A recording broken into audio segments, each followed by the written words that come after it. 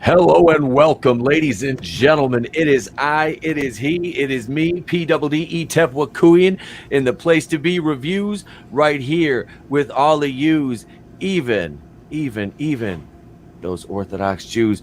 We've got a big return on the program. You see him in the square next to me, ladies and gents. Give it up for the Don of 2 cents toys. All hail Salvador. Hello, salutations. Yes, I'm back. It's been quite a while. It's weird being, I guess, attached to a live stream. It's been how long's it been? Like probably a month and a half at this point. At least, man, it's been that at least since you've been on. So it's good to be back though. It's gotta be training wheels for a little bit, try to get back into the swing of things, but we'll make it happen. We're waiting on Nicholas Glenn from Echo Base Network, I do believe. Yes, yep, he'll be joining us soon. Like I said, I am just kind of checking my messages and waiting to see when he pops in. He's got the link. Like I said, we're just kind of waiting for him to join in. But yeah, Sal's back. Yeah, there's a lot going on here. And like I said, I have been busier than a one-legged man in an ass-kicking contest over the last couple weeks. It is just damn. And I put that Friday the 13th video out. I didn't want to release it till today, but I was like, you know what? I felt like I owed my subscribers some content. It was like I'd been kind of lacking, so got that Friday 13th out. You'll get the review for part 2 on Wednesday. I've got a Lost video I'm working on. Just out of the blue, I'm like, I'm going to do a Lost video. So I've got that going behind the scenes. And also, we've got, like I said, you're getting 2 Friday the 13th movie reviews a week for the rest of the month. I'm doing part 1 through 8, and then I'm going to throw Jason X, Jason Goes to Hell, Freddy vs. Jason in part 9, all into one video, because I can pretty much sum up what I want to say about those train wrecks in a couple sentences each. Hail Lincoln 7.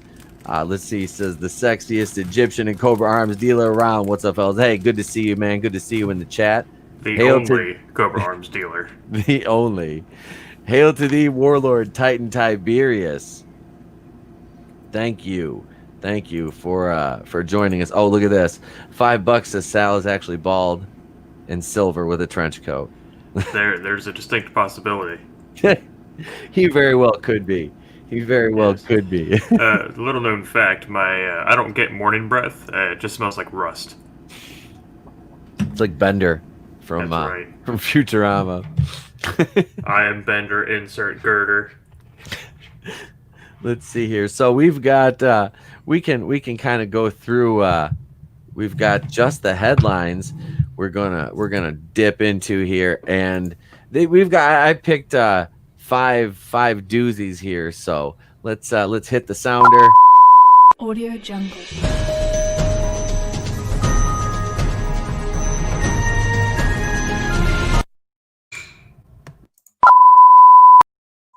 Stupid thing. All right. So here we go. We're about to interrupt our interruption. I was going to interrupt my interruption with a cutaway of a cutaway. That's right. Just the headlines. Number 1, Batwoman seasoning.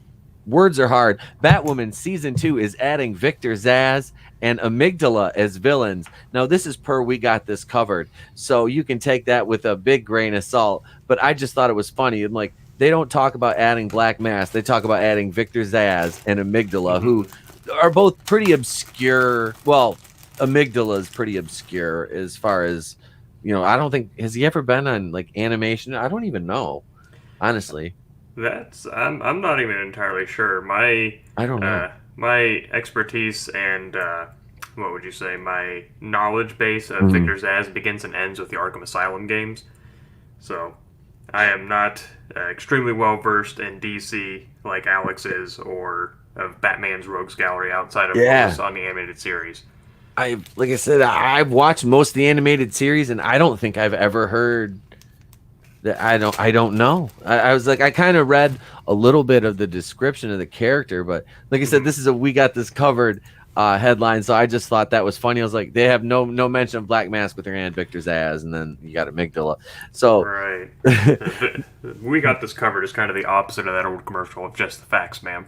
Oh yeah, there's a deep cutaway for people who are of a certain age. Just the facts, ma'am. That's why the "We Got This Covered" articles end up in just the headlines. Number 2, Marvel is looking to sign Ryan Reynolds to a reported 10-film deal. Now this is another one per "We Got This Covered," but it does come from Daniel Richtman, who is a actual verified, pretty reliable scooper as far as these things go. But I mean. A 10. Okay, so Samuel Jackson had a nine picture deal. So I Ryan Reynolds is 43 right now. It seems like he has a new movie coming out every like every other week. So I mean, the only thing I can really think of when I see this is "We Got This Covered." Are you fucking high? I mean, Ryan Reynolds is the more mainstream and I guess better liked Nicolas Cage in that aspect. New movie coming out all the time. Yeah, that's a thing. But he's got that. What is that? Free man or Free Agent? What is that movie he's got coming out? It's like a video game kind of thing. Oh, I thought. Well, it's 2020. I thought that movie came out ages ago, but I'm assuming it probably got pushed back as well. Yeah, I heard Dune's getting pushed back too, but we'll kind of talk about that later. Let's see. Number 3, Tom Cruise is closer to being the alternate Iron Man in Doctor Strange 2 as Feige is involved. This is cosmic book news, but it's per Grace Randolph. And Tom Cruise, let me give you my thoughts about that. Tom Cruise has any alternate Iron Man, even though he was the one that wanted this back in '98. Fuck that puto. No, I don't want to see alternate Iron Man with Tom Cruise. I'm okay with it. He was originally picked by Universal or Paramount rather to be Iron Man, and then RDJ stepped in because I believe it's simply because they couldn't afford Tom Cruise. I don't think they could back then. But it's not like he's going to step in and replace Iron Man mainstream. He's going to probably be in like a 10-minute cameo or something, or just to kind of be it's supposed to be one of those really obscure Easter eggs for the fans that are like, oh, he was going to be Iron Man once upon a time, because that's the part of the barrel that we're reaching now, is that kind of fan service, I guess. Yeah, that's just, it's kind of, just, but like you said, if it's just a cameo, whatever, because they're going to do that with the Nicolas Cage Superman in the Flash movie, because they're going with that Flashpoint thing, because he was supposed to be, was it Superman Flyby? And that was originally Tim Burton. It was Tim Burton, and then it turned into Kevin Smith or J.J. Abrams, because they were supposed to have the giant metal spider, which ended up in the end of Wild Wild West, because it was the same producer, writer, I don't know, something like that. Yeah, I remember. Wow, that was the summer of Will Smith. Yep. That was, what was that, 1998? 97. Yep, that was the fall of my senior year of high school, man. Yeah. It was like a 2-year span. We had Men in Black, Independence Day, Wild Wild West, and Men in Black 2 or something like that. Yep. It was just this crazy spattering to Will Smith, because that was... And then Bad Boys predated those. You had Bad Boys with Martin, and then, you had Bad Boys. It was, Will Smith owned, like, the better part of, like, 15 years. Yep. He was trying to break away from Fresh Prince. Yep. He had Bagger Vance. He had a lot of good roles. Ali. Seven. Wait. 7 pounds, sorry. Oh, I was like, wait a second. No, that was Morgan Freeman. I was gonna say 7 pounds is what I'm thinking of. Yep. But Pursuit of Happiness is probably my favorite of his movies. That was the one movie where his kid could act, because his kid just had to be a kid. It was an easy day. He had an easy day at the office. Let's see. Number 4, Chris Pratt makes the Twitterverse go ree when he tells them that Onward is in the People's Choice Awards, and it is the most consequential vote times infinity. That's another We Got This Covered headline. And Twitter already got mad at Chris Pratt because I think like he's Catholic or something. So they got mad at him for that, because he had faith. He wore a "Don't Tread on Me" shirt. Yep. Which, for those that don't know, that "Don't Tread on Me" shirt is, a military flag. It's called the Jack, and it's still used contemporarily, and it has historical significance dated all the way back to the Revolutionary War. So they want to read about this shit, and they don't even know what it means. No, that's the problem with these yahoos is they don't take the time to know things. Let's see, number 5, Michael B. Jordan as Jon Stewart's Green Lantern in the DC. Boo! Boo!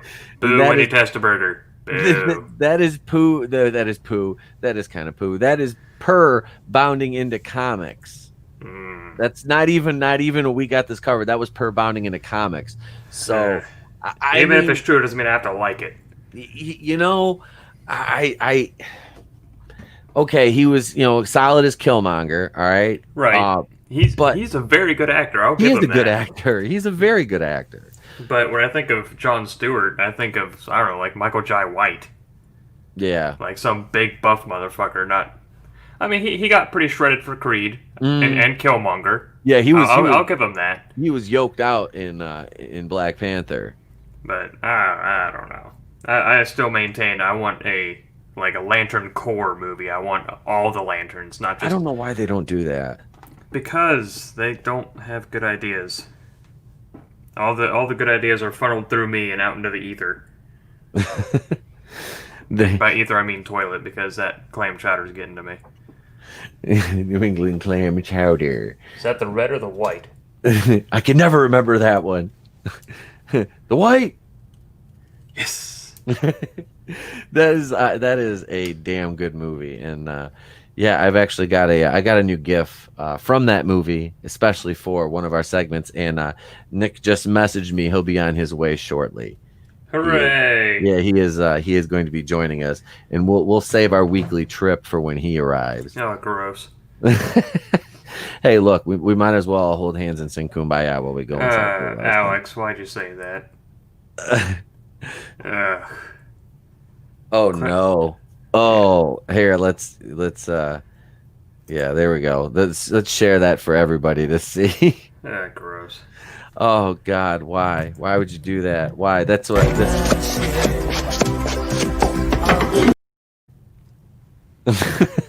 I'm channeling my inner Eric Andre. Why would you do that? Why would you do that?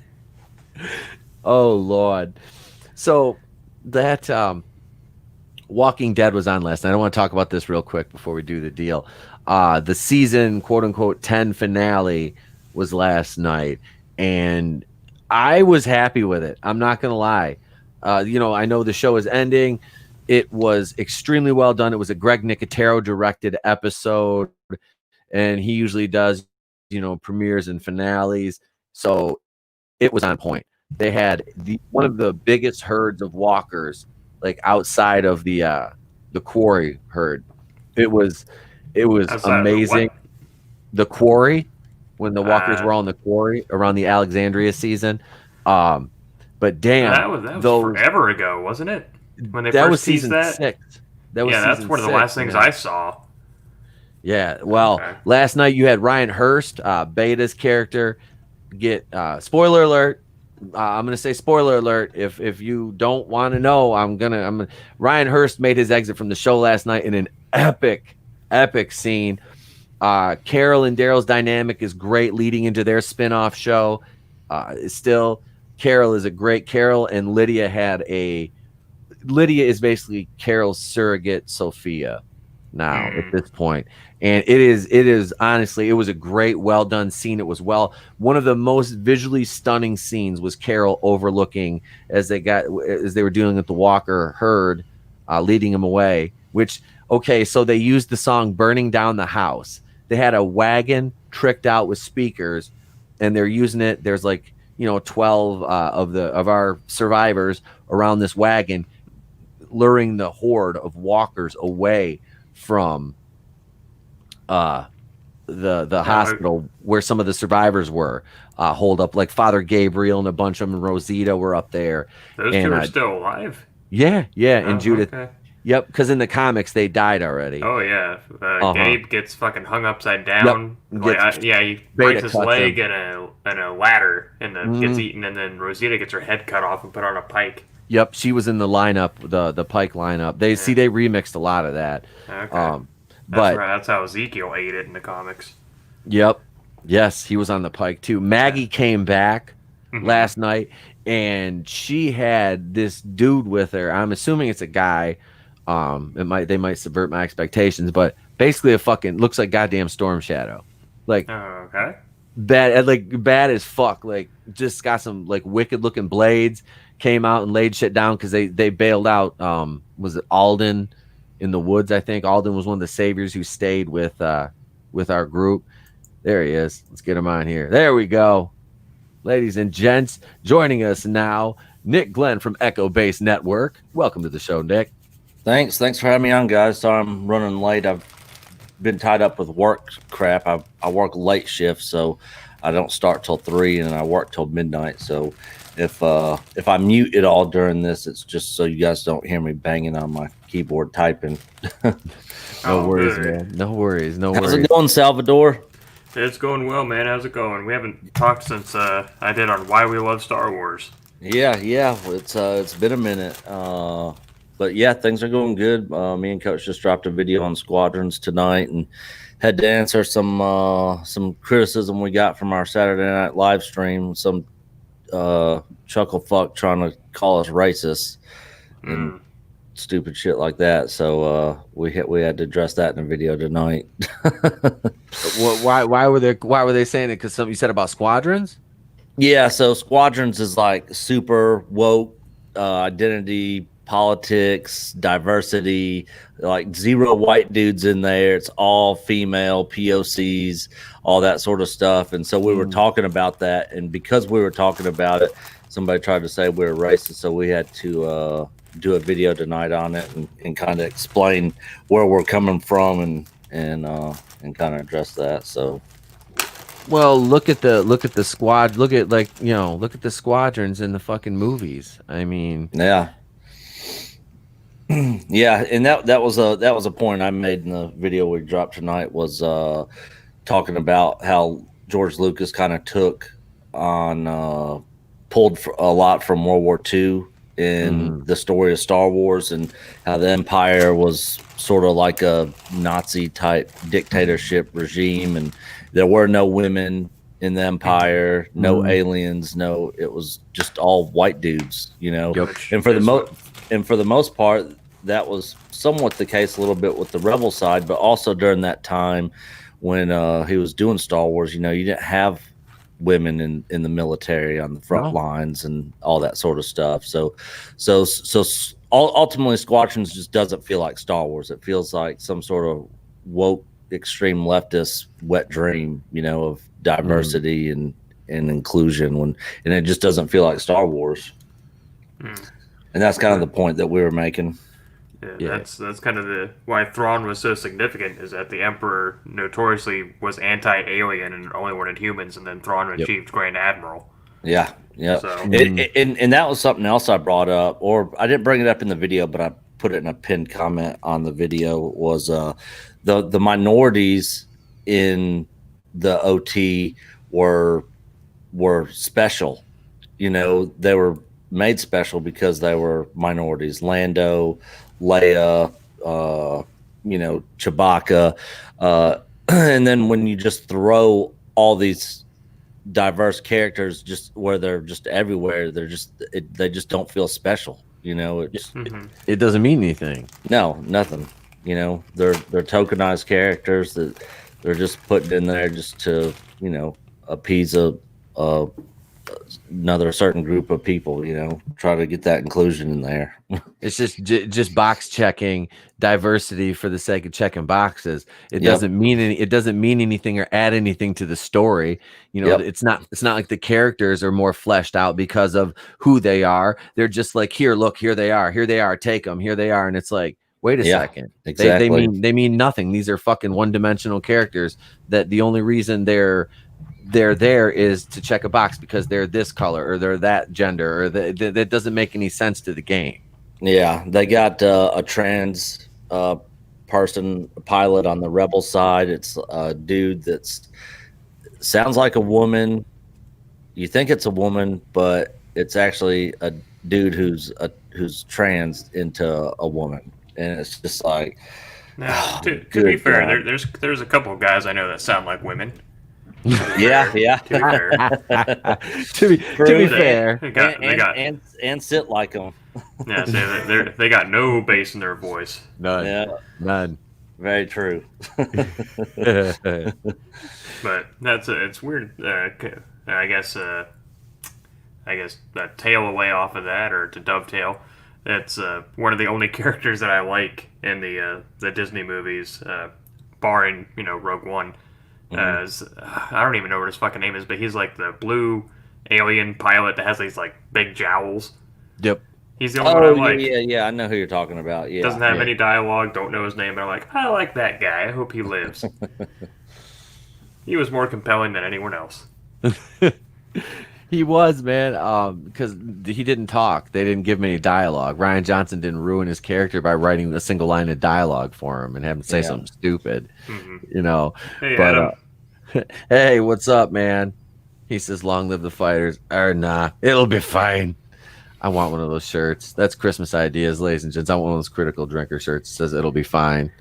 I got my kids saying that shit. But no, that just sounds like a way to ruin a damn Star Wars game, and that's just another reason I won't buy a new console. It's like, what do I have? Sal, you knocking boxes over? Maybe. all those badass toys he has there. You're not lying. No, dude, he's got a fucking ton of them too. It's there's just they just went over like dominoes, didn't they, man? Well, dominoes or I don't know. Jenga. They're a little more expensive than dominoes. Yeah, well, it'll be fine. It'll be fine. Santa Claus is real, and his name is Salvador. Yep.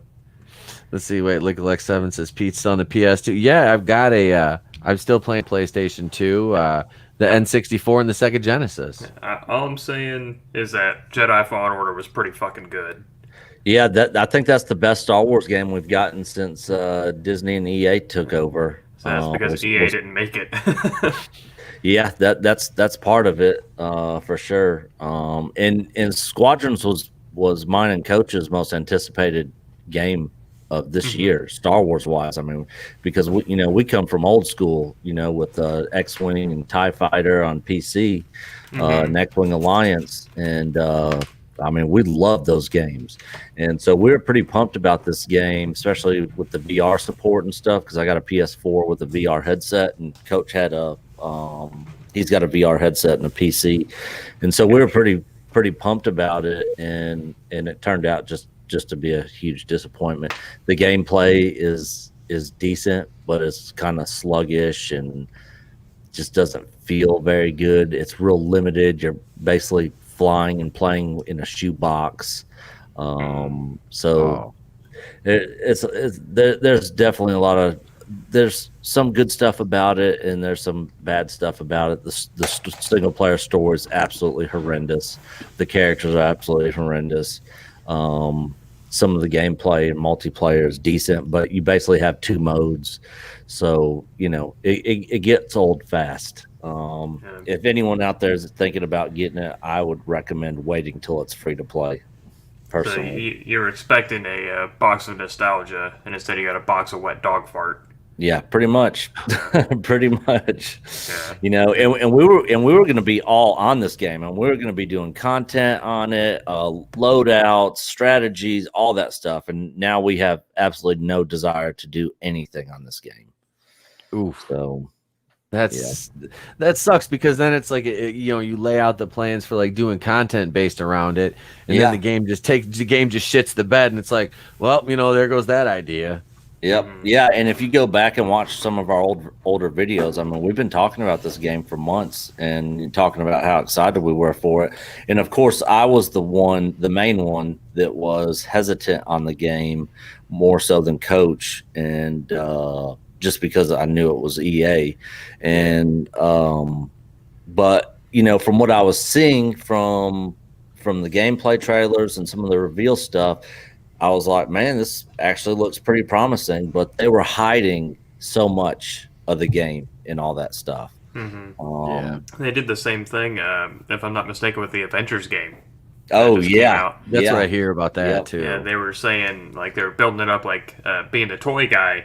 They were doing toys of Iron Man, like Hulk, like all these characters that were in game, and then they kind of hid the fact that it's a Miss Marvel game, like through and through. It's about her.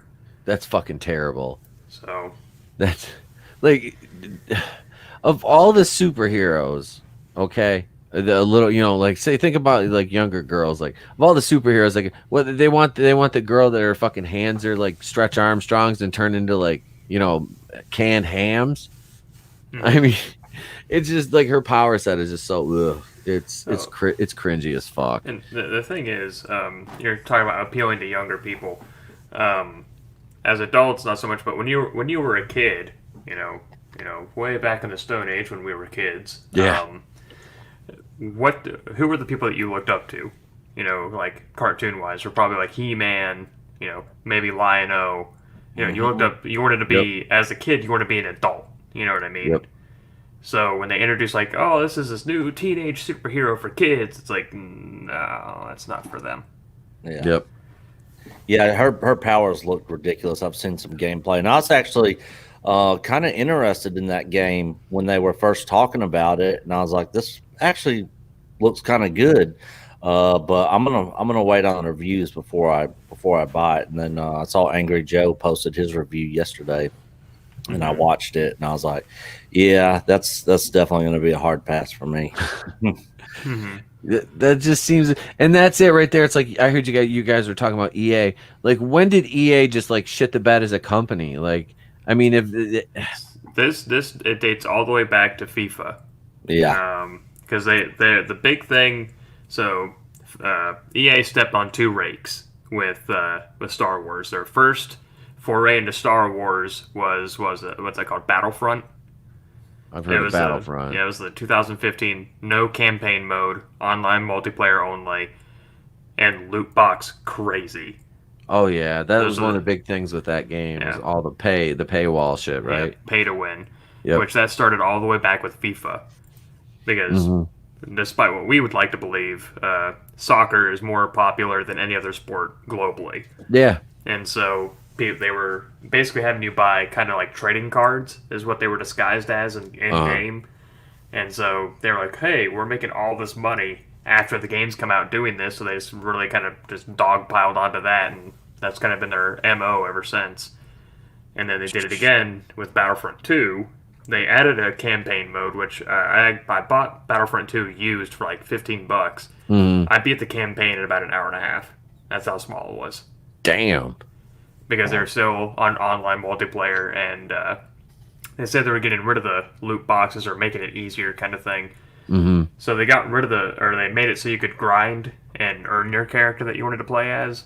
Okay. But the amount of hours, like in-game hours, it would take for you to unlock that character would be like 2 years or something like that. Oh Jesus. So they're still, you don't have to pay to win, but you're going to grind the fuck out of that game to get that character. And I think the first, because it gives you like a free loot box every day or something like that. The first time I logged in, it gave me Darth Maul or Boba Fett to play as in multiplayer. I was like, oh, cool. So I played as him, died, and that's the last time I got to play as him. Because it only gives it to you once. Good Lord.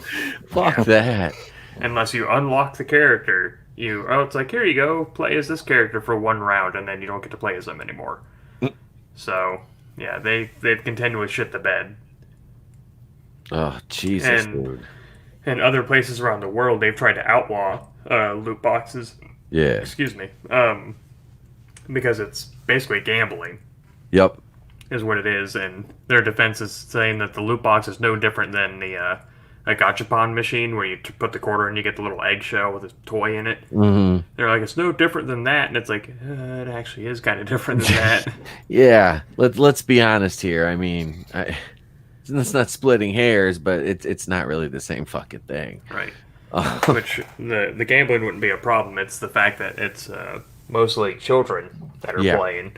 Yep. So it's getting kids like a gambling addiction early. So that's why a lot of places overseas have been like, no, you can't use loot boxes in this country. Yeah, fucking hooking them in young, man. Yeah. You know. And some of those the loot boxes and some of those games that have that, I mean, there's people literally that have spent thousands of dollars on that crap, and I'm like, what are you doing? Like to like make your gun blue, like you're gonna pay like $12? Like really? Well, to be fair, I'd rather have people spend their money on loot boxes instead of a Twitch thought. But this is true. Also, that's just me. I feel like a lot of kids these days grew up idolizing Brock from Pokemon, and it shows. Right. The king of all Sims for those following along at home. Oh no, that oh god, yeah, that there's a lot of those today, isn't there? Like it is like I was laughing because like I tell people like today, like I was out cutting firewood. Like that's what I did all day. I was supposed to take the day off. I wasn't going to work at the school or anything. I was going to stay home. I was going to work on YouTube videos, you know, work on doing stuff for the show tonight. And I talked to Mom, and he's like, hey, he goes, we're going to go cut firewood. I need you to come help me. It's like, all right, you know, I was like begrudgingly, I'm like, you know, I got my dad's old. I'm like, I'll go help. So, but yeah, it was fun, and I met Sarah Jessica Parker today. She came up, she came right up to the truck. I didn't have any carrots for her, but she was very nice. But yeah, so and then the moo cows came up and said hi too, which is funny. I act surprised when I see cows. I mean, I grew up with them across the street from my house, so it's just funny because we're just like cutting up, you know, all these trees, you know, we had down, and we're cutting them all up, and I look over, and my buddy's got his 2 hunting dogs, and they start barking. I look over, and oh, there's fucking 12, 15 cows just come walking right up through the woods because we're cutting at the end of a field. You know, it was kind of funny, but I don't know. I'm always amused when I see them, I guess. I don't know. But the horsey, you don't hang out at biker bars enough if you're amused by cows. The horsey didn't let me. The horsey let me pet it fine though. You know, it was very friendly. I used to ride horses too and shit. So it was like it's been a while, but yeah, I was like this one wasn't afraid of the chainsaw, the dogs. I was like shit, dude. I was like, give me the fucking AR. I'm gonna climb up on this thing's back and see if I can shoot off of it. I told my dad that I was like because we obviously know the guy whose farm it is, and I was like I gotta ask him if I can fucking throw the tack on there and jump on there with my AR and play Walking Dead and just set a couple targets up and see if it can fucking if it'll stay still while I'm up there trying to shoot. I'm like that fucking horse had a great temperament, you know. But and then tonight on the Equine Hour, we'll be discussing Morgans and Tennessee Walkers and what's the best size for you to start out riding. No, Clydesdale. Fuck yeah, I'm gonna plow a field. You can get fuck Clydesdale. Give me one of them draft horses. Speaking of ARs, I actually just got my 300 Blackout built. Nice. But unfortunately, I have like 6 mags of ammo, and that's it because ammo is just so scarce and expensive right now. But I guess a little bit's better than nothing.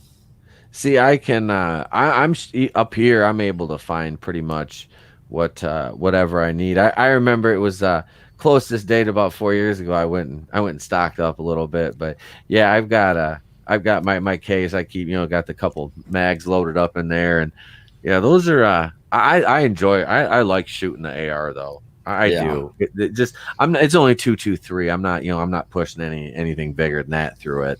I got it's a Bushmaster.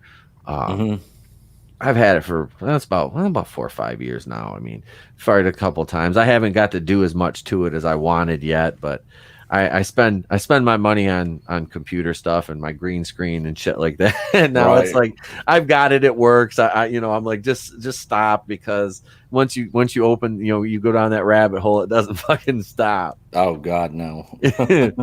So, which is kind of fitting. We were talking about Walking Dead before you popped on, and I have to say, and I don't know, I can't remember. Are you a fan of that, or do you? I watched the first season. Okay. And started the second, and I couldn't get into it. I have family members that are hardcore fans of it, so I talked to them about it, or they talked to me about it, and I saw the whatever season it was where Negan first came.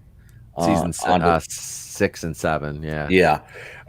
So I saw that, but that's about it. Yeah, he's still, well, they had the Whisper arc, the people that wear the skin over their faces, and it was really cool. It was like the season 10 finale we were supposed to get back in April, and it really went like hard in the paint on the comics, because the final arc of the comic was the Commonwealth, this like 50,000 person, like basically like city and settlement, and they have their own military, and they came out last night at the end of the episode. It was Eugene, King Ezekiel, Princess, and Yumiko they're going to meet somebody from the Commonwealth who Eugene contacted on a radio, and they get surrounded by the Commonwealth soldiers, and that was honestly one of the most beautifully done, comic accurate portrayals I have seen in that entire show. They looked exactly like they did in the books. I mean, they're like the uniforms to me seem kind of unfunctional from a field perspective. I mean, not having military experience, but bright white uniforms with like a red stripe every so many inches on the uniform. Camouflage. Yeah, I'm like, that's like, you're not in the art, you're not on Hoth, man.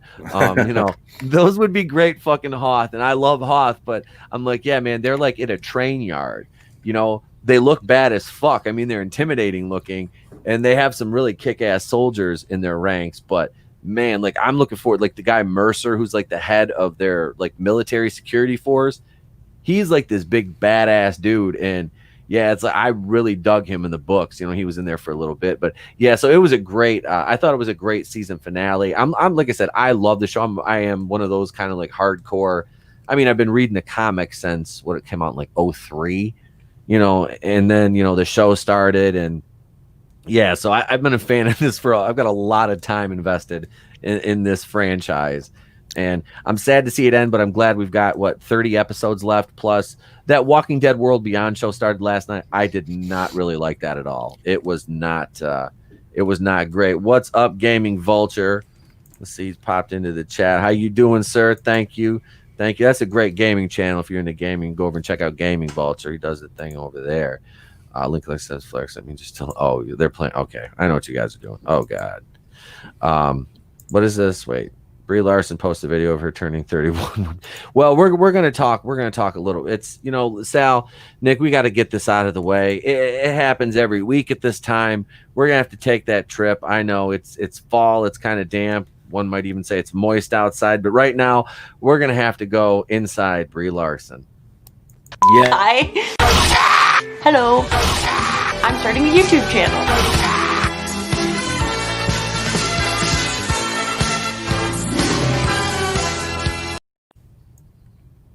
So Brie Larson.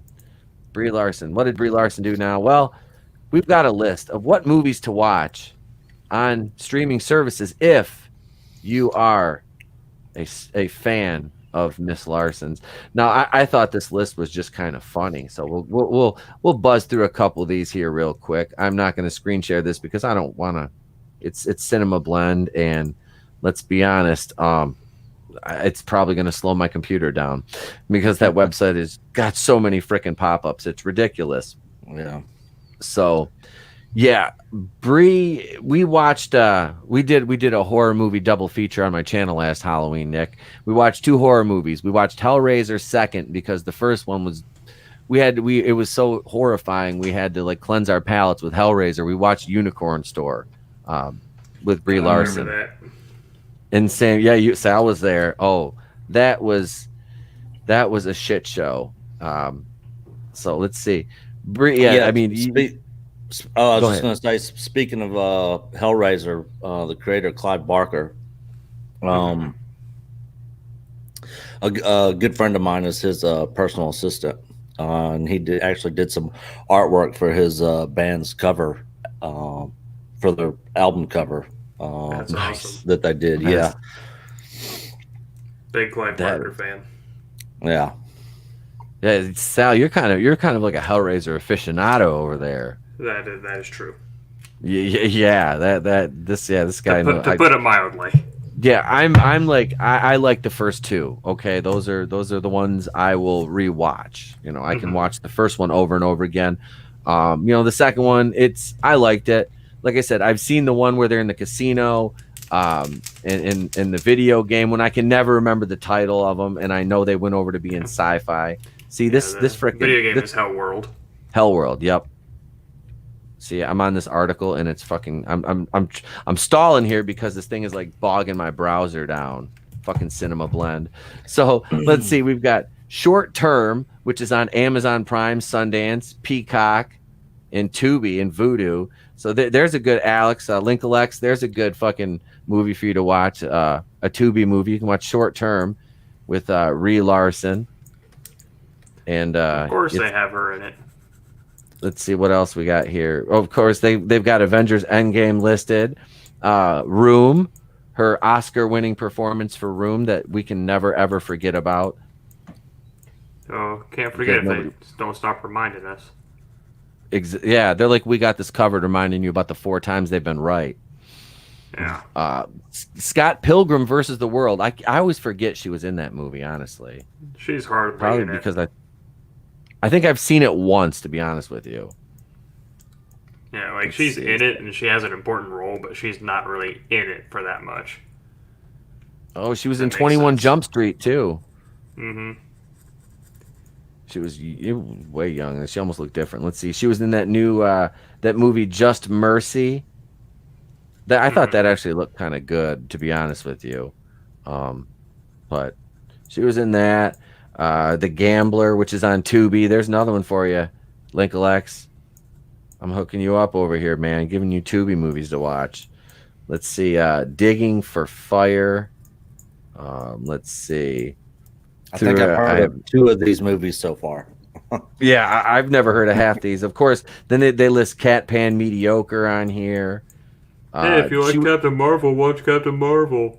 She was in watching that. I couldn't even finish it. I've watched it, I think 3 times, and 2 of which were to do my review of it. And the first time I sailed the high seas on the night it premiered in the U.S. and found it online and watched it, so I didn't have to go to I wasn't going to go to the theater and watch that fucking thing. And it's just a 5 out of 10 popcorn flick that you watch, turn your brain off, and then forget it's on. Yeah. That's it. She was in Don John, which I've never seen that movie. I know what it's about, but she had a bit part in Don John. Free Fire. She's in that. I've never heard of any of these, mostly. I mean, seriously. They didn't even list Kong Skull Island? No. That's like the one movie that she's in that I will knowingly watch. Yep. Well, what did she win an Oscar for? Room. Oh, I've never seen that. Me either. She was kidnapped and the guy kept her. I don't know. Did he impregnate her? Did he kidnap her and her son? I don't know. I get it mixed up with Panic Room all the time. So I know. It's I have no idea, but I know she won an Oscar for it because she played a victim. That's basically what it amounts to. Let's see. Well, it's a biopic then. Yeah, the story of the Phantom Menace bullying her. She's in Rampart with Woody Harrelson. That's on Peacock and Tubi and Vudu and Pluto TV. The Spectacular Now. Oh boy, that's got Miles Teller in it. That's a shit show. Brie Larson and Miles Teller, look out. Yeah, so those are some Brie Larson horror movies to watch if you wanna catch the horror that is Brie Larson during the month of October. Yeah, so we're done with Brie Larson. We'll just let's see here. What do we do? What do we got here? We'll just clean out. Hang on a second. There we go. We'll just clean the teeth out. We're good. We're done with Brie Larson. So good. It was getting sticky in here. It was kind of warm and sticky and kind of moist and just frightening. But speaking of frightening, Jamie Foxx is Electro in The Amazing Spider-Man, or Part 2, The Amazing Spider-Man 2. Now they're going to reportedly, he kind of leaked it out on Twitter or whatever. He's going to be back as Electro in the Spider-Man 3 that's coming out. Was supposed to be next year, but it'll probably be 2022 because Marvel's basically pushed their entire fucking slate back. And the bigger question is, now Black Widow is supposed to come out in December. Does anybody really care about Black Widow anymore? I mean, I don't think anyone ever really did. No. The movie should have come out like 6 years ago. Probably it should have come out before Age of Ultron. Yeah. Yep. And well, let's see. The Red Room.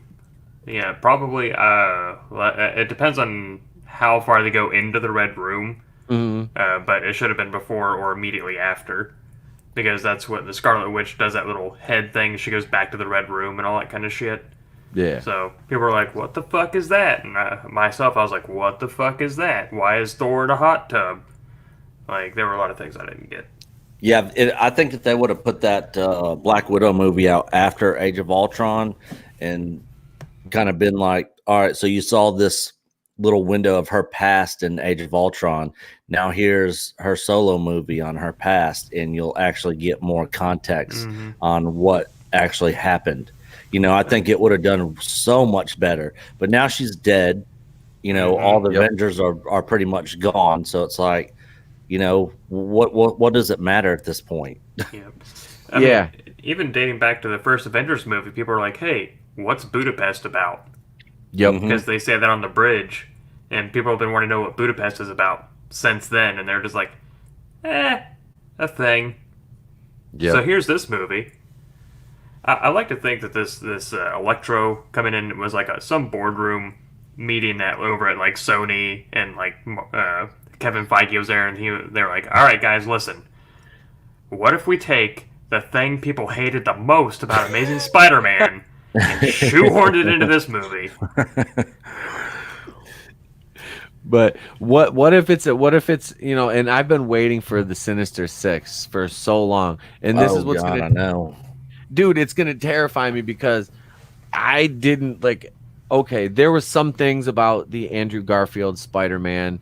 He was a good Spider-Man. He was a good Spider-Man. Okay, he wasn't a good Peter Parker. He was too cool to be Peter Parker. That was, what I mean? Like he was like kind of like edgy, and I'm like, he's not. Peter Parker was Tobey Maguire. Yeah, go up and just kiss the girl. Yeah, that's not Peter Parker. No. And they did, Rhino, I thought looked dope. I love that suit with Paul Giamatti. Honestly, did not bother me because that suit looked dope as shit. I'm like, that's kind of what I wanted to see. I don't want to see a guy in like a leotard with a rhino horn on his head, Yeah. like in the comics. I mean, that's fine for the comics, but like in the movie, I liked the way they did that. That made sense. The mechanical, kind of suit that was bad as hell. I loved that. And I like to think right after that ended, he just like ripped Andrew Garfield's Spider-Man to shreds when they clashed in midair. You know what I mean? And the thing is, after that movie was finished and I saw the end of it, I was like, oh, they're bringing in the Sinister Six. So this series could be getting a whole lot better. And then it went right in the shit can. Yep. And it actually made a decent amount of money. I want to say it was around the $700 to $800 million range. I mean, both so does the McDonald's Big Mac. Doesn't mean it's any good for you. This is also true. You know what I mean? But I'm just saying for them to justify it financially speaking, because let's be honest, they don't justify things based on quality. Most of the time, it's finance is what is what determines it. Like when I translated the original Friday the 13th movie, which is I gave it a solid, like I said, I give it a 7 out of 10. I translated its box office of what was it, 59 million in 1980 into 2020 dollars with inflation adjusted. It was like 188 million dollars. Right. I mean, it's a cult classic, but even today, by today's standards, I mean, against the $700,000 budget, though, you know what I mean. So it made good money. So what I'm saying is, as it relates to this, they would be apt to greenlight something financially, even if the fans don't like it. Let's look what, like I said, just look at what they're doing with the MCU as a whole right now. It's a mess, and this just doesn't give me any faith. I mean, we got Jamie Foxx accidentally revealed a secret detail about his return to the Spider-Man franchise. And, you know, why wouldn't it be in the Sam Raimi universe? Spider-Man 3 movie too. That's I gotta stop this screen share. This fucking article just killed my fucking browser. That's the thing is like, okay, so you got Sam Raimi for Spider-Man 3, and now there's those other rumors about Andrew Garfield and Tobey Maguire having cameos in it as kind of, you know, a way to say goodbye to Tobey Maguire's iteration of Spider-Man. I'm not opposed to that as long as it's done right, and I think in Sam Raimi's hands it would be done right and it would be done, you know, respectfully. Yeah, I feel the exact same way. If they can put it together and it's done right, I think it could be good. In the fact that he's gonna kind of have his hands in it, kind of gives me hope that it will be done good. Yeah, that's it. Because I don't want to see Tobey's Spider-Man get, you know, kind of like, you know, treated like a joke or something like that. Like they have a tendency to do with some of these characters now. Like look at Thor, for example. You know, they made Thor out to be a damn joke. Yeah, and Endgame. Yeah.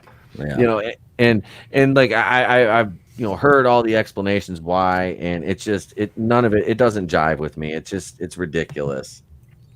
Yeah, from the comic book side of things, that doesn't seem like Thor's character.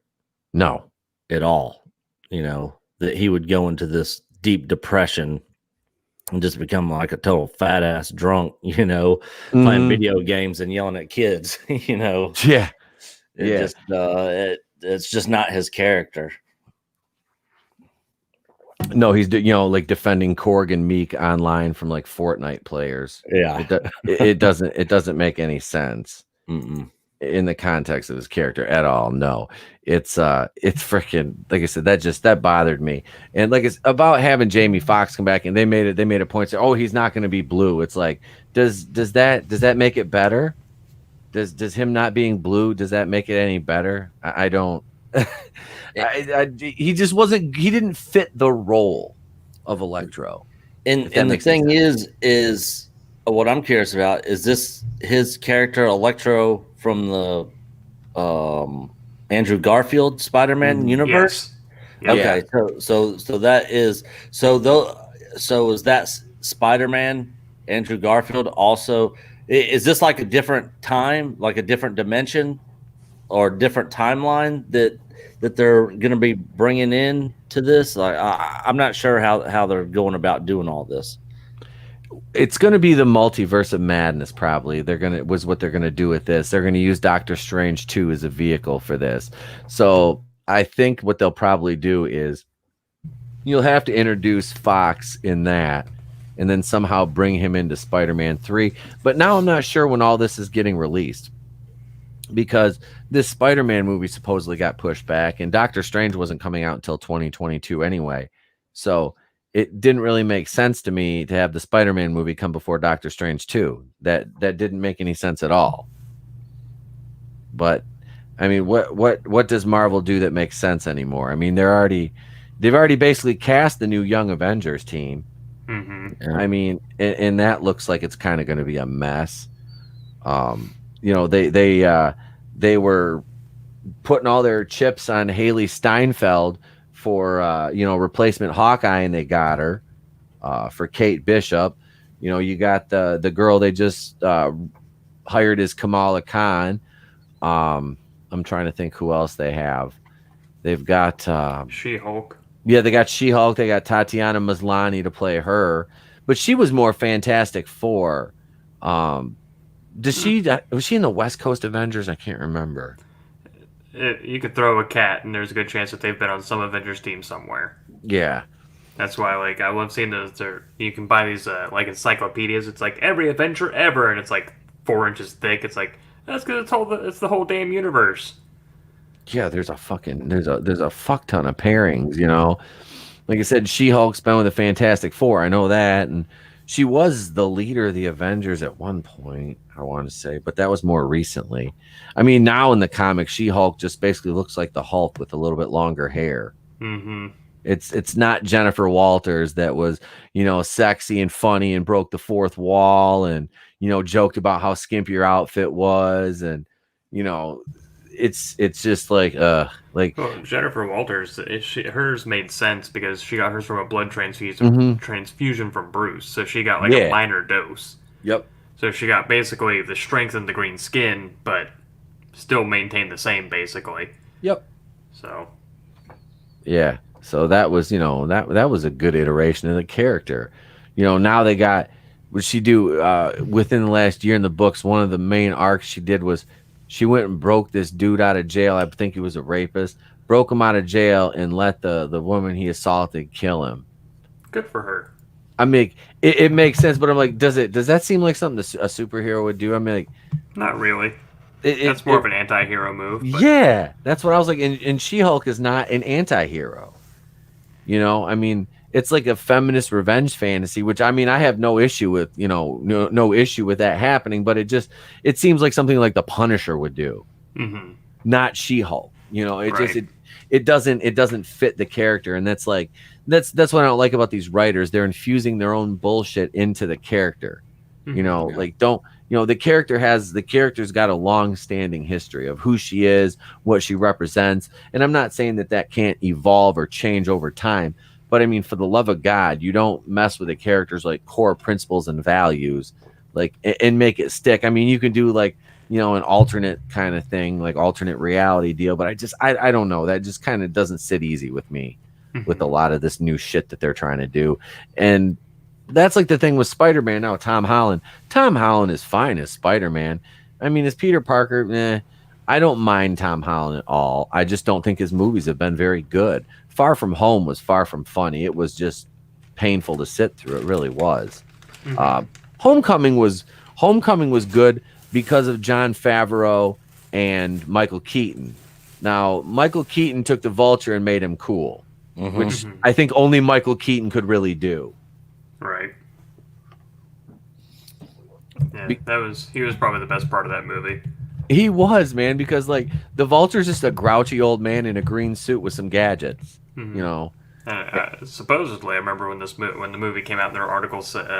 Tom Holland gave interviews and said that while they were doing their fight scenes, Michael Keaton would randomly say, "I'm Batman," just try and get him to break character.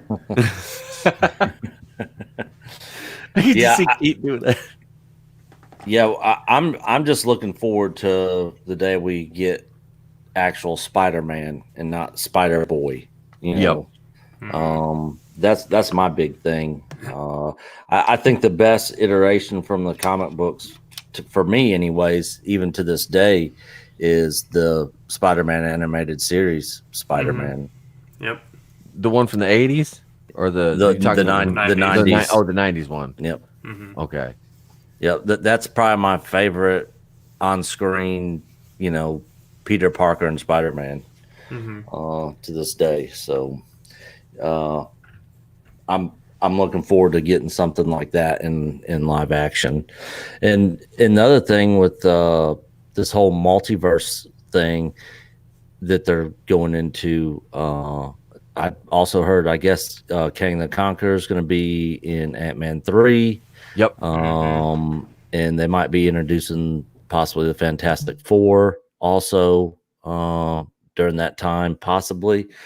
So, are they going to be coming from another timeline also? I mean, I guess that would be one way to explain why they weren't around the entire time. Same thing with the X-Men and all that. So I feel like the whole multiverse and pulling people back from another time and all that, while that would be the easiest way to go, that's opening up a big-ass can of worms. Yeah, big time. Yeah. So anytime you involve time travel, it's like, okay, so so-and-so died. Go back in time and save them. Yep. It's always something. It just becomes that MacGuffin that you kind of fall back on, Right. And with the to speak to the Kang the Conqueror point, I kind of talked about that in the video I did about it. It's they're talking, okay, so that's Nathaniel Richards, he's from the 31st century. and they race swap the character. It's gonna be Jonathan Majors. Right. All right.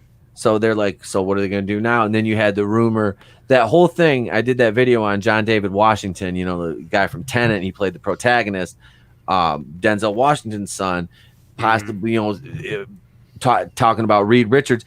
That was a quote from one line from an interview he did about, you know, they said, oh, if Marvel, you know, called, what would you say? You know, and he's like, you know, sign me up, da, da, da, da, da. So that was not a real thing. But honestly, with them casting Jonathan Majors as Kang, I can see them coming back and going like, well, he's black, so we have to make. I'm like, well, actually, no, Kang is like purple and blue.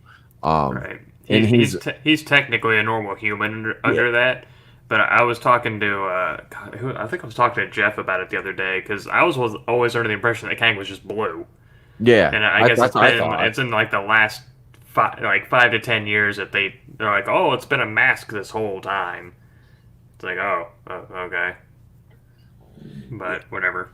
Yeah, I have the old, what is it, from the 80s, the Secret Wars Kang action figure, him and Doctor Doom, with their little fucking holographic shields and shit. Trey plays those bitches. So here's my are you ready? Here's the Sal logic coming out. Here's how, like, there's two ways that you can do Fantastic Four, all right?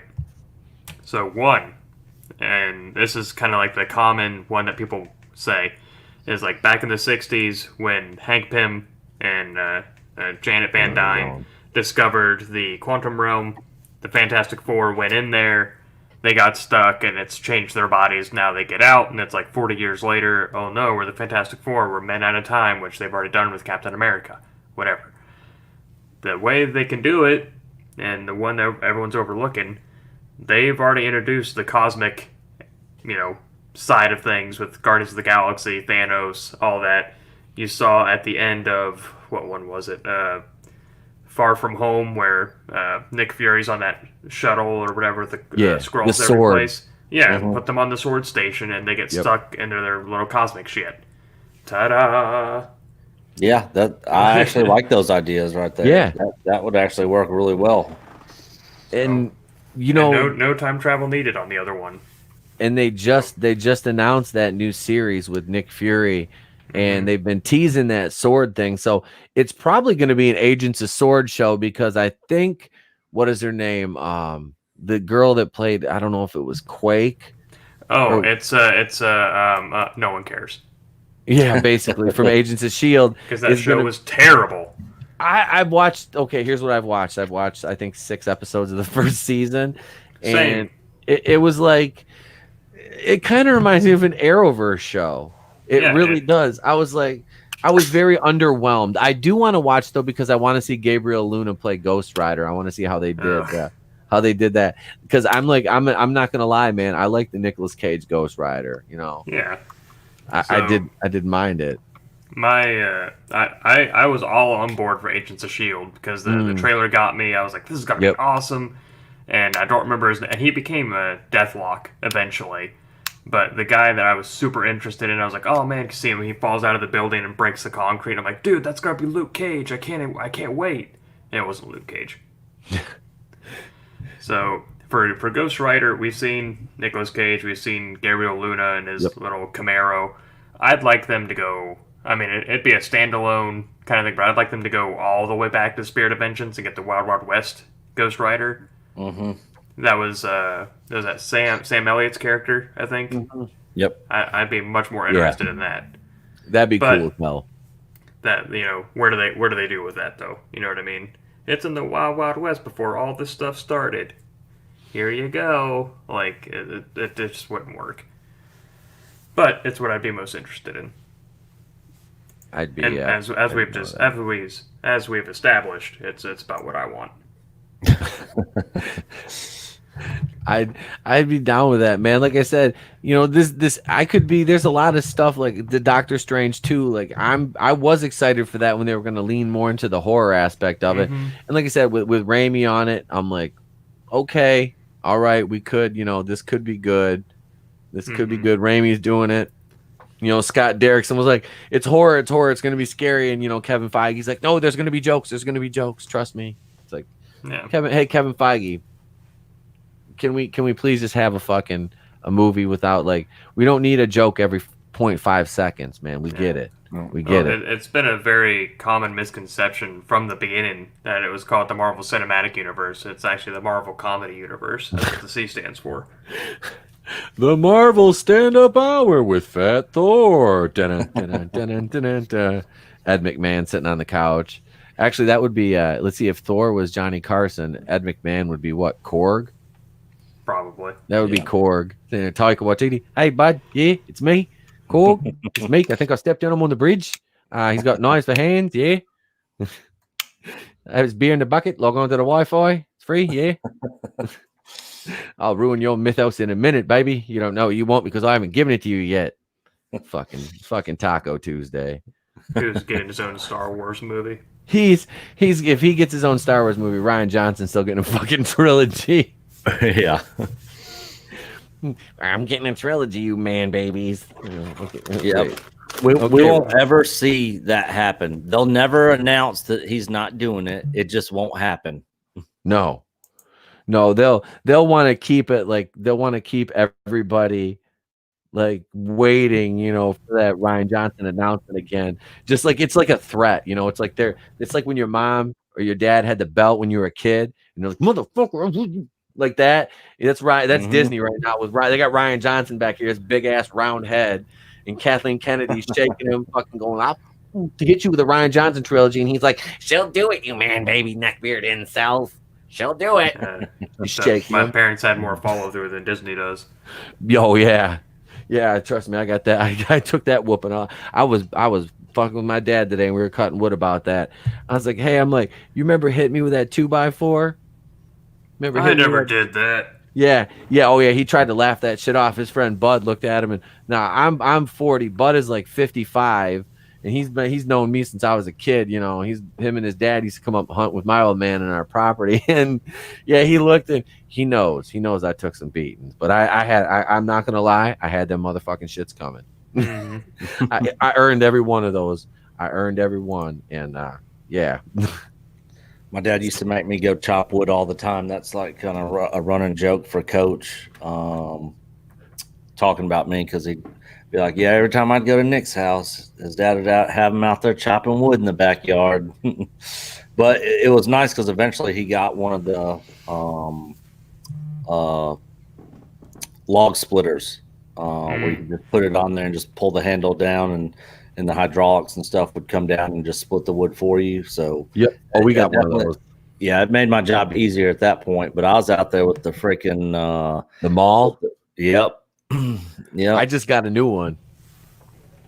I did. I just got a new one, man. My father-in-law gave me he used to own a tree service. He gave me a maul. I was like, "Oh, this is nice," because I went up to his property and I was joking around with my dad today.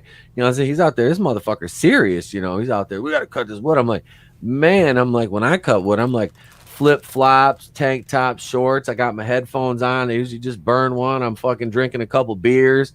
I'm like, that's me cutting wood. He goes, "Yeah, because you're just doing it for campfires. I got to heat my fucking house." Yep, that's what I was out there chopping it for, was to heat the house in the wintertime.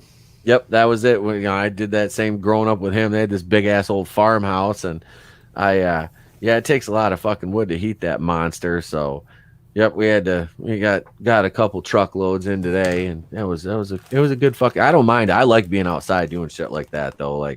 I miss it, because I sat behind a desk for fucking years, and it was like I like getting back outside and doing that.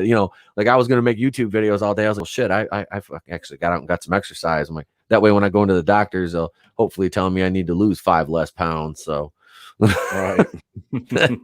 Oh yeah, I'm not looking forward to that conversation. When I was in shape, when I was wrestling, dude, I was 240. I went in for a physical, and the doctor's like, "Well, if I look at your height to weight ratio, you're overweight." I'm like, "Motherfucker, you just saw me in my shirt off. Tell me I'm overweight again, I'll slap the shit out of you." I'm like, "I will slap the shit out of you." I'm like, what was your body fat percentage back then? Well, in 2017, it was a little higher. I was probably about I don't know, maybe 12 to 13, maybe 14 at the end. Now in 2010, 11 and into 12, I was diced down to about like 9% for a while. I was cut the fuck up, but I was only like 195 pounds. Yeah. So I was more cut than anything.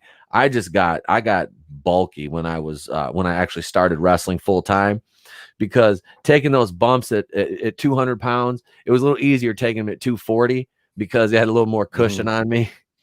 Because when I came back in 2016, I was or late 2015, early 2016, I was like 199, 200 pounds.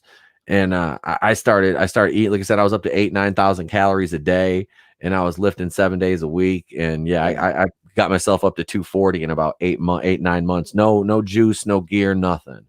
I never I took HGH back in 2013. I partially tore my rotator. So I took a little bit back then, and I have before, but not this last run. I wasn't doing any of that shit then. But they don't exactly test you for independent wrestling or bar league softball. So I was I was up there clobbering the shit out of the ball. Mark McGuire all over the field. I'm juiced, baby.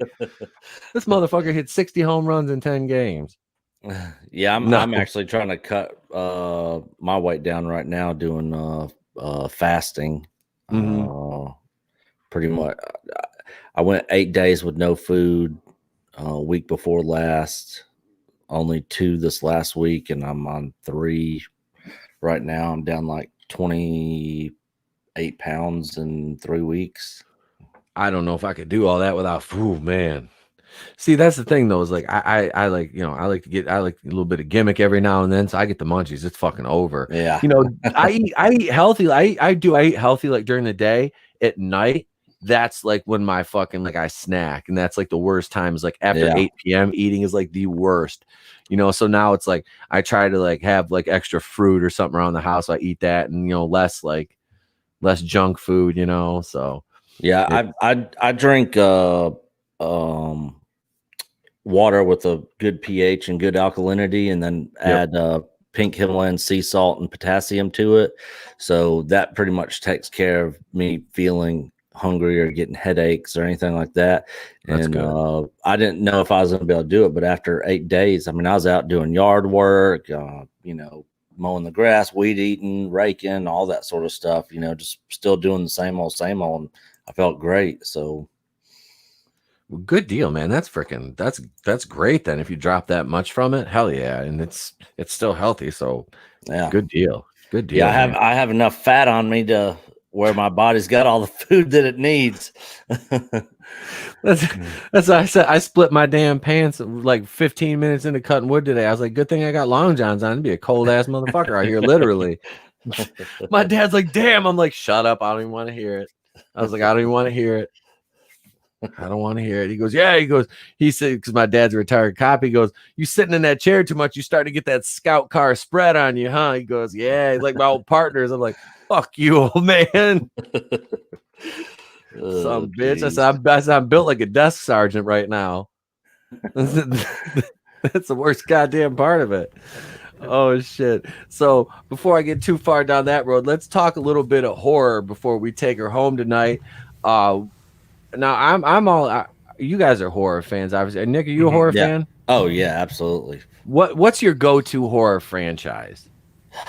Probably it's probably a toss-up between actually it's probably not a toss-up. So probably Nightmare on Elm Street's my number one favorite. Top 3 being Child's Play, number 2, but I also love like the Poltergeist movies. After that would be Friday the 13th, Halloween, so on and so on. But yeah, probably Nightmare on Elm Street. I've just been a huge fan of Freddy since I was in like the 2nd grade. I remember my dad rented us when I was like, I don't know, 7, 8 years old. Nightmare on Elm Street 3, Dream Warriors. That was amazing. That was amazing. It was the first one I ever watched, and I freaking loved it. I had Freddy posters in my room on the wall, and Yeah, I freaking loved it. I was never like, scared like after watching it. I wasn't like, can you walk? Can I sleep in y'all's room tonight, Dad? Yep. Nothing like that. I freaking love the movies. Yeah, I've always been a fan. What about you, Sal? Do I have a choice? Whatever. What is your okay. favorite horror franchise? We're not even on the topic right now. Okay. I want to get a feel for what you guys' favorite franchises are. I was gonna say, if I have a choice, it's Hellraiser. If I don't, it's My Everyday Life. No, man, no. Hellraiser. Yeah, I assumed you were gonna go with Hellraiser, but I just wanted you to verify. That is, man. That Clive, that first one, the effects and that were so ahead because that was like 1987 that came out. Was it? I want to say it was like 82. The first Hellraiser movie? Mm-hmm. Was it? I'm pretty sure. Let me look it up. I don't want to sound like an idiot. No, because I thought it came out. I thought that was like 1987. Then the second one was like 89 or 90. Yeah, the first one was 87. Okay. Oh yeah, 87. Okay. Okay. I was gonna say because that one, I remember the visuals of the him gaining his skin and everything coming back together in the floorboards were like that was so fucking ahead of its time. And those are mostly practical effects, if I'm not mistaken, which makes it even that much cooler considering it came out in 1987. Yeah. Well, most of it was filmed in reverse, or was shot in reverse. Yeah. So. Which is it's still a cool effect to me. I just always dug that scene, and but no. So I mine is obviously Friday the 13th. I've talked about this. I love Halloween, the Halloween franchise. I do, but it has always been Jason Voorhees for me. There can, and it comes to slashers, there can be, and I've. Nightmare on Elm Street, I've dressed up as Freddy. I still have the toy glove, the Freddy glove from when I was a kid. My son plays with the one I wore in 5th grade with my fedora and my sweater. He's got that. He's got, I wore the fucking hockey mask the other day. I gave that to him. I've had that since I was a kid. So I wore that in my video when I did my Friday the 13th review. And I just kind of wanted to, look at the Friday the 13th franchise versus Halloween. And Victor Miller, the writer of the original Friday the 13th, along with Sean Cunningham, the director, he basically said Sean Cunningham told him to rip off Halloween. Just rip it right off. And that's kind of what they did, except with the first one, the big swerve is that it's, Pamela Voorhees and not Jason, right? Which was fucking genius in all honesty. And it was, having watched, a lot of the behind the scenes things and documentaries, I have a newfound appreciation for that. Like I said, I gave it a 7 out of 10. Now the original Halloween movie is way, way, way better than the original Friday the 13th. I will give it that. Yeah, I thought the first Friday the 13th was the worst one. Did you? You didn't? I see. I liked that's the my swerve favorite one. But a lot of people don't like it though. I did. I like it's not my favorite, but it's up there.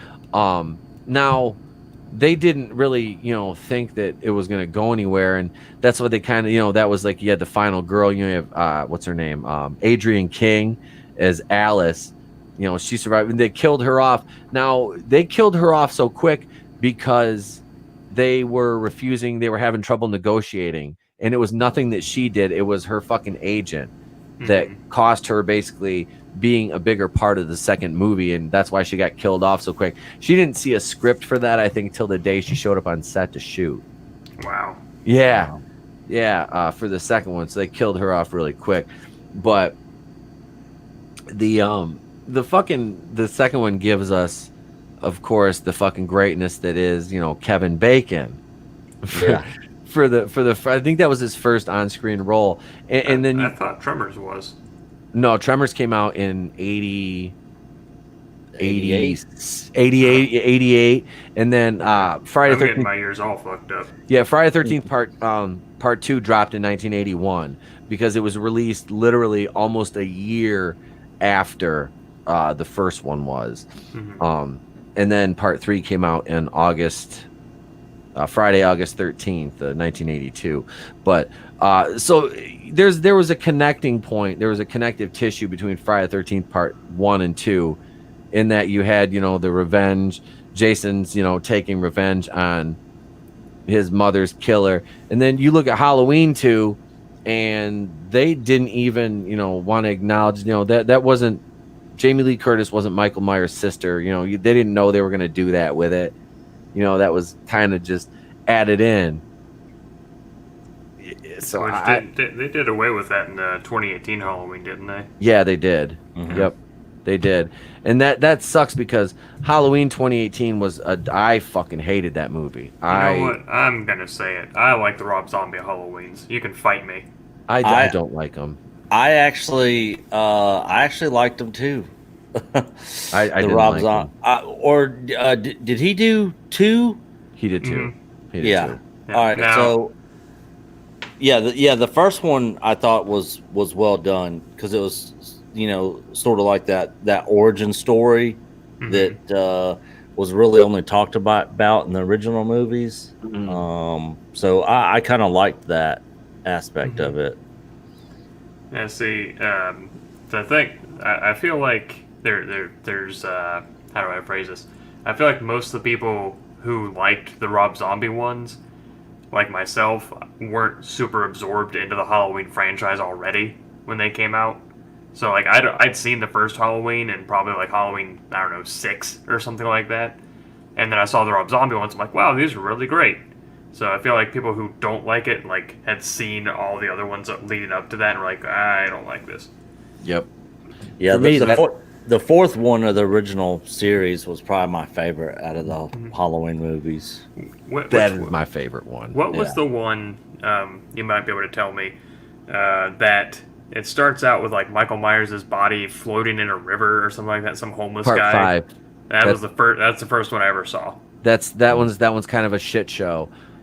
It is, and I still enjoy it, and I'll watch it. But it's bad. That's the one with Tina in it. And she is the worst final girl probably I've ever, I wanted to drown her in a barrel of fucking toxic waste. Right. I mean, she was insufferable. No, Halloween. Go ahead. It was like, so I like slasher movies, kind of like I like the first Halloween. I like the first Friday the 13th. It's when they start introducing like the supernatural shit into it. Like, oh, he comes back every year even though we killed him. That's kind of where I fall off. Which is weird considering that Hellraiser's my favorite, but they have that from the jump. Yeah. So if it's part of it already, I'm good. But when they start like tweaking things, that's like you said, it was Halloween 5. It's all about the mark of the thorn and all this kind of crazy shit. And I'm like, he actually comes back every 4 years or it's. Do you remember the time frame in the original Halloween? Well, he came back. Let's see. Part 1 is in 1970. Then part 2 takes place later on that night of the first movie. You take part 3 completely out of it, and then part 4 is set 10 years after. It's supposed to be 10 years after, but it's in reality it's only 7 or 8 years after the second one, because part 3 is Season of the Witch and it doesn't even fit into the continuity. Yeah, it's a great fucking standalone movie. It really is. It's got Tom Atkins. You can't go wrong. But and then part 5 is directly after. It's like a year after part 4. 6 is the one with Paul Rudd. I just watched that one the other night. And I'll be damned if I could remember how, because that came out in 94, 95. Oh, that's right. Paul Rudd was in that. Dude, Paul Rudd hasn't aged since that. Yeah. That was right around the time he did Clueless. Yeah. So actually, I I believe it's actually, 40 years in between? Michael Myers comes back, because that's what they're doing now with 2018. Yeah. So, because they said that the other ones don't count now. That sucked, because part 4 was fucking great, dude. Yeah, that was my favorite. I saw that right when it came out, man. I was 8 years old, and my mom got a copy of that shit, and I watched that. Like I said, we had this conversion van with the VCR and TV in the back, and I used to watch that with my little sisters. in there. I mean, like that. Oh God, I will watch that. We're actually watching that this Friday night over on Groove's channel, Raiders of the Lost Flicks. We're gonna watch Halloween 4. I couldn't be happier about that. You know, and like I said, we were talking about this versus Friday the 13th. Friday the 13th Part 3 was in fucking glorious 3D. And if you have never seen that movie in 3D, you need to do yourself that favor and watch it in 3D because it is fun. Can you rent it in 3D? I bought like on streaming. I don't know what streaming service they're on. I imagine Paramount has their own streaming service, don't they? I would say it would. I'm not sure. It would. I don't know if they do or not, but it would probably be on something related to Paramount. I might be able to just download it because my TV does 3D, so mine too. And I have the DVDs. I don't have the Blu-rays, but the DVD comes in 3D. And yeah, I had the fucking glasses, and it is just fun. That one was a kind of awful, and it has like the coolest like disco like early 80s theme song. Do you remember the theme song for that? Of Friday the 13th? Part 3. It's got, hang on a second, we'll just do this because I don't care. I'm gonna claim whatever. It's fucking hilarious. The Harry Manfredini did like, I don't know, I don't know if he scored every Friday the 13th movie, but he is like, as far as horror goes, to me, he's like the John Williams of horror. And he talked about it in a couple of the interviews, talked about the score. I'm gonna play a couple seconds of this just so you can hear like the greatness of this song. Let's see, this is it right here. It's got that like disco thing to it. Shaft. Yep. Oh, okay. That was in Part 3? Yeah, that's the theme for Part 3. Okay. I found Part 3. I'm downloading it now. I'm gonna watch it tonight in 3D. It's it's kind of wonky, but it's fun. It is a lot of fun, and that one's the characters are even more one-dimensional in Part 3 than they are in Part 2. And to me, that was the thing that always differentiated. Sal's dropping toys again. The Friday the 13th and the Halloween franchise was Halloween had, you know, more carryover characters and like legacy characters, whereas Friday the 13th really doesn't have that. They didn't, you know. It was these are the counselors, they're gonna get killed off one by one, this one's gonna live, and then she'll get killed off in the opening scene of the next movie, you know. Which Halloween kind of slipped into that in the later stages. Like, I'm sorry, but the Busta Rhymes one's fucking great. Like, seeing Busta Rhymes all bloody, like in a room that's on fire, doing like karate, fighting Michael Myers was dope. I'm not gonna lie, as bad as that movie was. Plus, Katie Sackhoff was in that one. I think that was Halloween. What, Resurrection? Yeah. Yeah, I like that one. That was Resurrection. It was a fun movie. It was bad, but it was fun. That was. I feel the exact same way about Nightmare on Elm Street 4. Which one was 4? Was that the Dream Child? No, that was 5. So 4 was 3 was Dream Warriors. 4 was, I think, Dream. Oh crap! It's gonna drive me nuts now. Look it up here. Dreamweaver. Oh, Dreamweaver. You know, I got a copyright claim for that. Did you? Dream Master. Dream Master, okay. Yeah, that was the one where she would get everybody's powers, and her brother was into martial arts, and she started doing the nunchucks and stuff at the end, and fighting Freddy in the church, and had the strength from the chick that worked out all the time. Roach Motel. She died in the Roach Motel. Yeah. That is fucking amazing. Yeah. Still. Yeah, that was probably the most fun Nightmare on Elm Street for me. But it's same thing like what you're saying about the Halloween one. Just talking about just fun horror flicks. Yep. And that was it, man. That Part 4, that was like a comic booky type like Nightmare on Elm Street movie. It still had it hit the beats of Nightmare on Elm Street, but it was like with the karate and the dojo scene, and that one had the beach scene too, I believe, wasn't it? Yeah, it did. Sweep the leg, Freddy. Yeah. and Robert Englund, dude, how like he just had so much personality into a character literally that everybody should hate because Freddy was a fucking, a disgusting human being. But you were so just taken in by, Robert Englund's portrayal of the character. Yeah, he did such a good job. What was the Nightmare on Elm Street that they had come out where they had another actor playing? Oh, that was in like 2010 or whatever. That was bad. Yeah, I didn't even watch it. I heard the reviews and stuff of it, and I was like, yeah, I'm not even wasting my time. Yeah. It was Jackie Earl Haley. Yeah. I think he was coming off of Watchmen when that came out. Wasn't he Rorschach? Mm-hmm. That's okay. Yep. And for those playing along at home, he was also in Alita Battle Angel. Oh, he was. Oh, was he? Yeah, the guy with the chain arm things. Oh, okay. Yep. Okay, I know who you're talking. Yeah, okay. Yep. I did not know that. Yep. He was also in The Tick, the one for Amazon. The Tick. I haven't seen the one for Amazon. I haven't either. I watched the show growing up though. Damn, I see. Like, yeah, that reboot of Freddy was disappointing to me.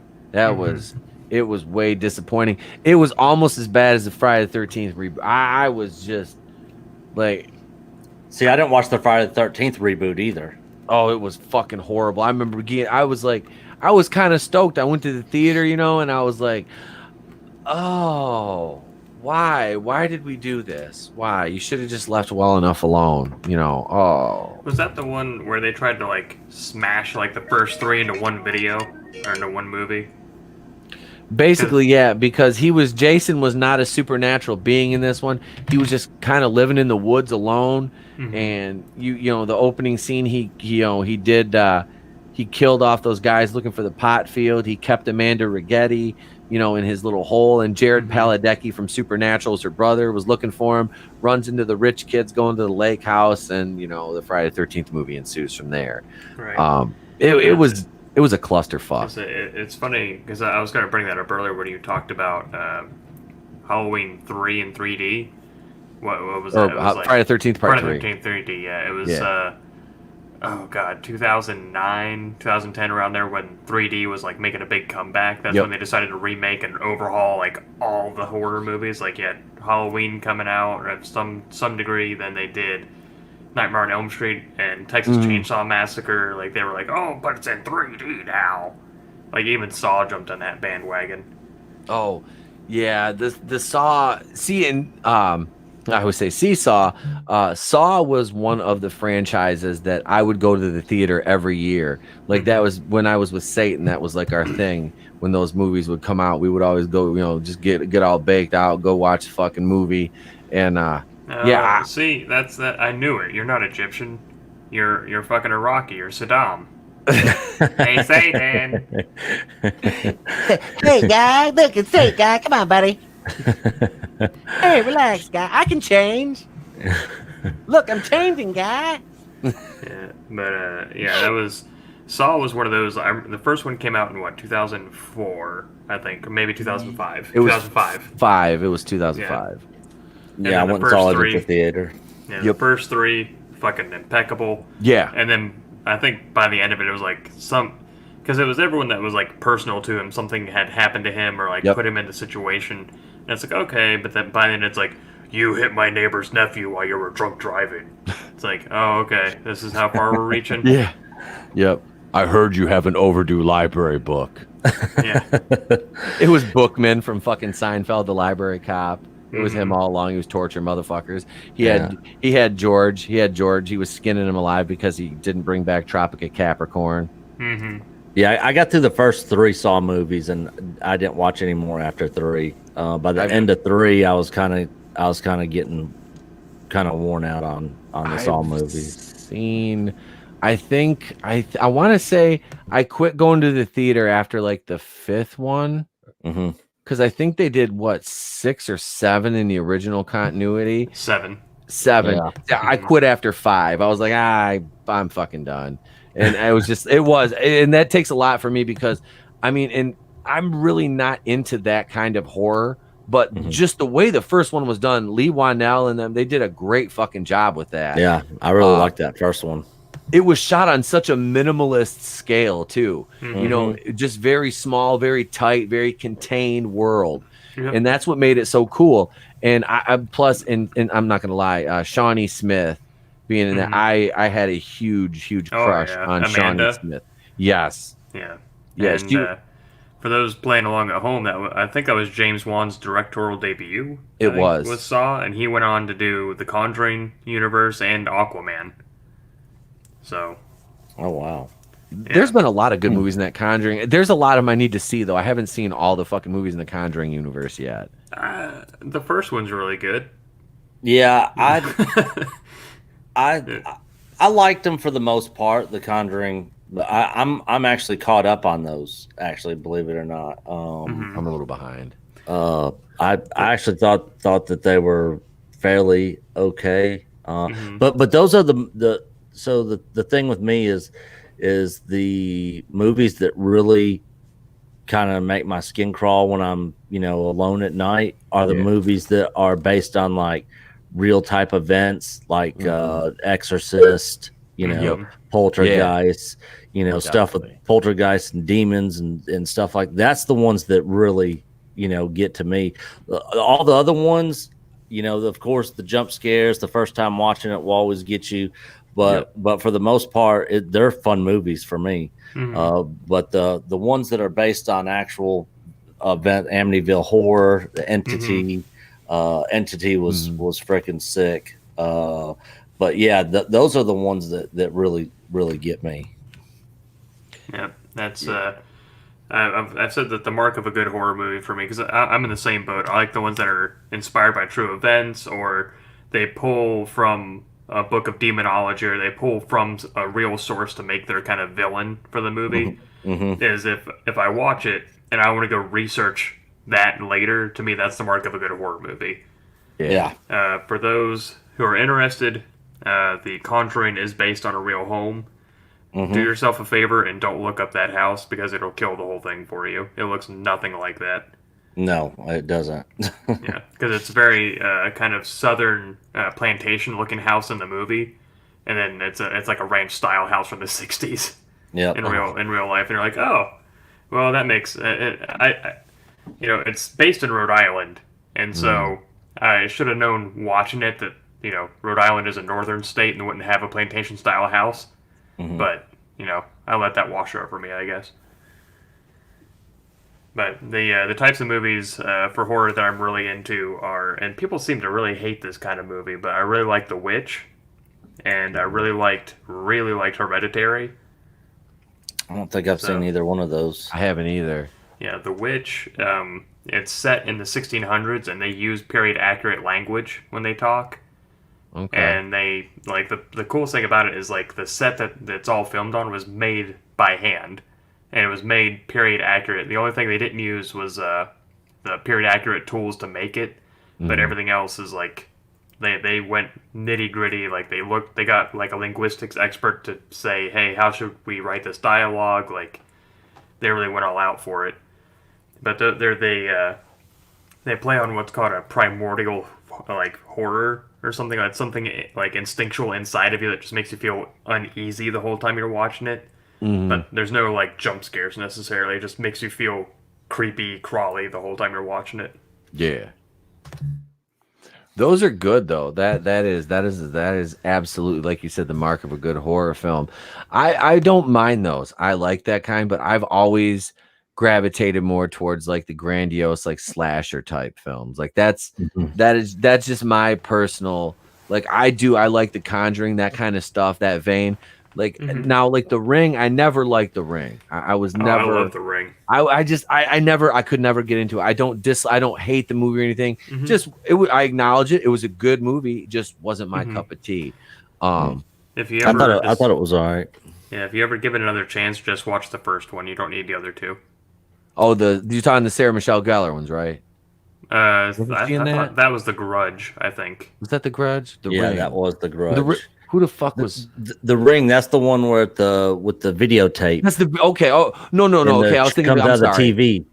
Okay, Yeah. I'm sorry. I was thinking of The Grudge. Yes, no, The Ring. Grudge was Yeah, bad. yeah, The Grudge was bad. Yeah, The Ring. Okay, The Ring is a good movie. That is fucking just eerie, creepy to this day. It just If you really want to fuck yourself up, watch The Ring, and whenever you see Samara, like the girl with the hair and the well and all that, that's the little sister from Donnie Darko.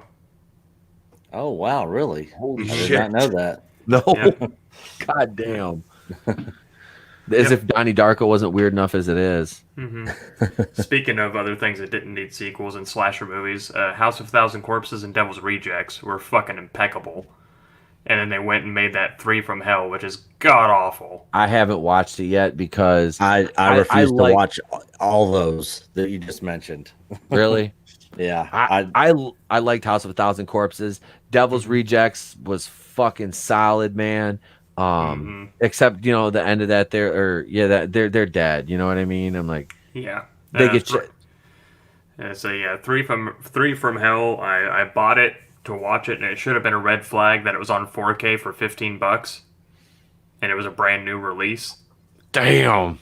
Yeah, I bought it. I watched it, and you can tell that when they were making the script originally, that Sid Haig was supposed to be in it, but he died during production, so they really cut back his character significantly. And when you see him in that movie, he's looking rough. So it's kind of heartbreaking to be like, oh, okay, yeah, you probably shouldn't have made this movie. He was always like one of my favorite parts in those movies too. I like the first one when Rainn Wilson gets turned into the fucking mermaid. Fish boy! Fucking fish boy. That was fucking funny, dude. God damn it, Dwight, take that. But no, I liked, like I said, I dug the first 2, and that's the thing with me is like I'm a Rob Zombie fan too. I really am. Like I've seen him in concert, 2 or 3 times.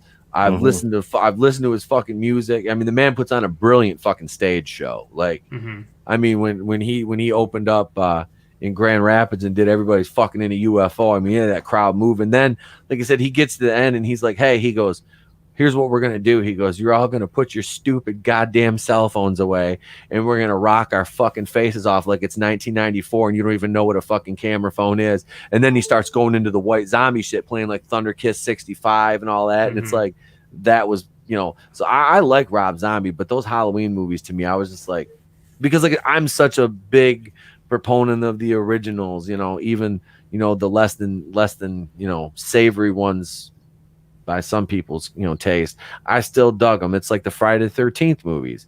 Part 4, Friday the 13th, the final chapter, you get Corey Feldman makes his debut as Tommy Jarvis, and then by part 5 he makes a little cameo at the beginning in like a dream sequence. They replace him with another actor, and part 5 Jason's not even the fucking killer again. It's Roy the ambulance driver. Yeah, he got mad because Victor killed his son, Joey, the fat kid at the home. So part 5 takes you on like a little kind of like journey outside of the world of Jason Voorhees, which I honestly don't mind because it's a pretty fucking cool. It's still a pretty cool movie. Friday the 13th part 6, Jason Lives, my favorite, hands down, the entire fucking series. That's my favorite one too. That is, man, I love that one. Tom Matthews. You didn't like Jason X? I thought that was probably. I probably hate Jason X more than I hate the first Friday the 13th movie. That was my favorite one as a kid because I thought he looked so cool. In Jason X, he does look cool, but I mean, like for me, I was just like, that whole movie, I was just like, no. I thought it was so cheesy. It was terrible. Like, fighting the fucking female android. Yeah, like the whole movie from start to finish was just like a huge cringe fest. I was just like, what am I watching? This is terrible. Yeah, it was. Yeah, I didn't even, because that came out, I think when that came out like 2000. Yeah, I was like 20. I've been watching like a holodeck, and there's like 2 girls camping, and he like kills them or some shit like that. He reenacts the sleeping bag scene from part 7. He starts smashing off the fucking tree. That was probably the coolest part of that whole movie. Yeah, yep, it was. Yeah, that was it, because it like went back to, he was in that camp simulation for a minute. But yeah, that was just a fucking horrible movie. And Jason Goes to Hell. Mm-hmm. Oh, that was another one. I was like, because it started out, like I didn't know going into it what it was going to be like, because we didn't have, the internet access, and, leaks weren't as prevalent back then. And, I just went into the movie and I was like, okay, this is okay. It's starting like a Friday 13th movie. And then, you've been waiting all this time, because Jason's never really like encountered like the FBI or like the military or anything like that, So you got all those FBI, they just like, they fucking smoke him. And then it's like, oh, the guy at the corner eats his fucking heart. I'm just like, what? Like, and then you get Kane Hodder doing a cameo as one of the cops in the hallway that, the guy kills, which was kind of funny. But I mean, there were some cool death sequences in that, but the whole like transferring from body to body thing by that slug was just like, didn't they do a Tom Atkins movie like that called Night of the Creeps that turned people into zombies? Those slugs from space, if you remember that one. Invasions of the Body Snatchers. Well, yeah, I was more or less, I was going for the cheesy, like, but yeah, Invasion. That's basically what it was. It was like Jason the Body Snatcher. It's like, and then a member of Jason's family can only kill him with this special dagger. I'm like, that's why I'm taking, when I get done with the first 8 movies, I'm taking Jason X. Jason Goes to Hell, Freddy vs. Jason, and the reboot, and I'm lumping those into one video, because I don't have really much to say about any of those. And Freddy vs. Jason was something that I waited for since I was a kid. And to see it played out, I was like, this is okay, kind of. And then Kelly Rowland was in it from Destiny's Child, and I'm like, oh my God. And then she died, and I was like, man, fuck this movie. I liked the Freddy vs. Jason movie, and freaking Monica Keena, who played Lori Campbell in that movie. Good God, man. I had like the hugest crush on that chick when that movie came out. I was like, oh man.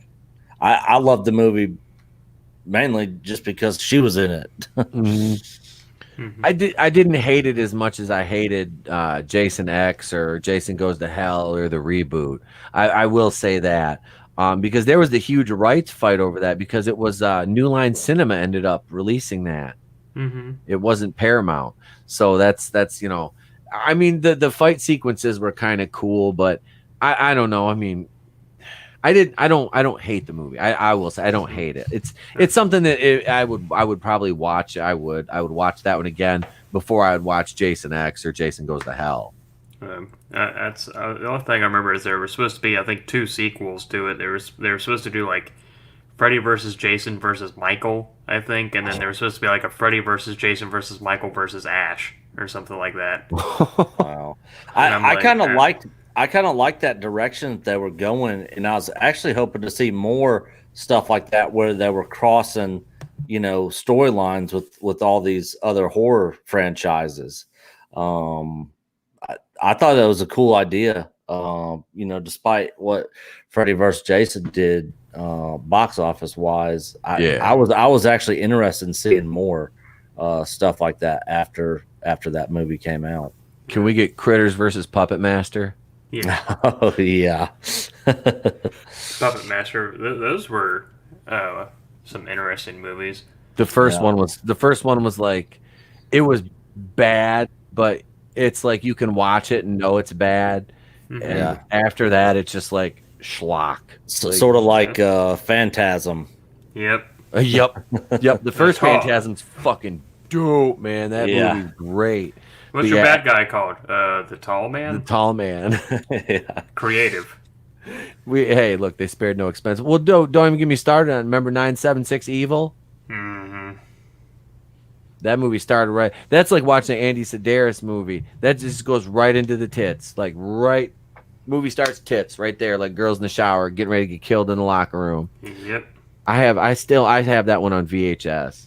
It's recorded. It's on one of those black and yellow Kodak VHS cassettes. That opening scene doesn't work anymore. No, rewinding, pausing so much. Nope. It's like the nurse scene in Friday the 13th Part 3 or Nightmare on Elm Street Part 3. Yeah, I remember. I remember when we got that and that scene was coming, my dad was watching the movie with us, and he was like, "Close your eyes." Close your eyes. Yep. You know, because I was like in the second or third grade. You know, when he rented that movie for us, and my mom was just like, "Really? Why would you rent this for the kids?" You know, and he was like, "They kept begging."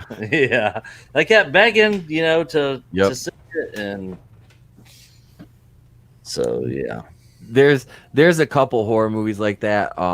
Another one that I really like that it's not a very good one is Bad Dreams. I don't think I've seen that one. That is I'm trying to think of the guy. I've been waiting to catch it on YouTube so I can do a watch party for it. That's a 1986 or 87 movie. Let's see. It just the cover art on the box like got me. Let's see. 1988. It's a 33% on Rotten Tomatoes.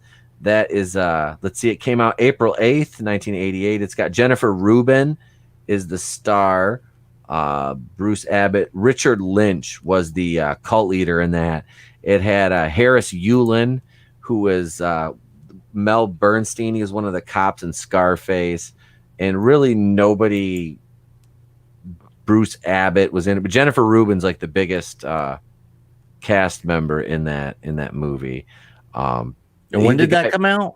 1988. The guy burns his cult up, and Jennifer Rubin's character is the only one to survive, and he comes back like years later after she wakes up from a coma and haunts her and tries to kill her.